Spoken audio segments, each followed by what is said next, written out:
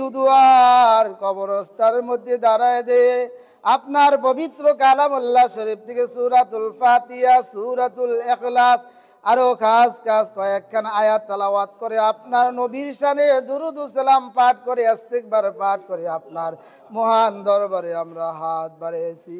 মেহেরবানি করে আমাদের হাতগুলি আপনার রহমতের দরবারে কবুল আর মঞ্জুর করে নেন। আজকের হাদিয়াটুকুন সোনার মদিনায় নবী পাকের রওজা মোবারকের মধ্যে পৌঁছে দিন।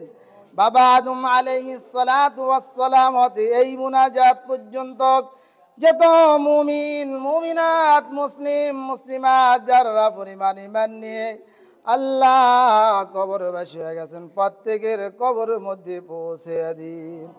বিশেষ করে আল্লাহ যেই কবরস্থানের মধ্যে দাঁড়িয়ে আমরা হাত বাড়িয়েছি, আল্লাহ এই কবরস্থানের মধ্যে এই কবরস্থানের সূচনা লগ্ন থেকে এই পর্যন্ত যারা এখানে শহীদ আছেন প্রত্যেকের রহবাকে পৌঁছে দিন।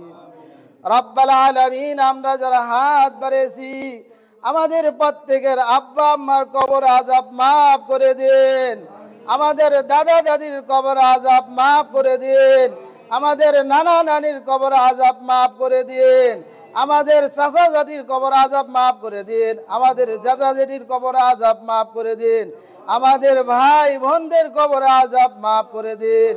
রব্বাল আলামিন আমাদের আত্মীয় স্বজনের সকলের কবর আযাব কিয়ামত পর্যন্ত মাফ করে দিন। রব্বির হামহুমা সবাই বলি রব্বির হামা কামা রব্বায়ানি সগীরা রব্বির হামহুমা কামা রব্বায়ানি সগীরা। রব্বাল আলামিন এই লুদুয়ার কবরস্থানকে আল্লাহ আপনাদের রব্বাল আলামিন আপনি জান্নাতে টুকরা হিসেবে আপনি কবুল আর মঞ্জুর করে নেন, জান্নাতি হাওয়া চালু করে দিয়েন, জান্নাতের উঁচু মাকাম দান করেন, জান্নাতের টুকরা হিসেবে আপনি কবুল আর মঞ্জুর করে নেন। রব্বাল আলামিন যারা এই কবরস্থান আল্লাহ প্রতিষ্ঠা করেছে শ্রম দিয়ে পয়সা দিয়ে বুদ্ধি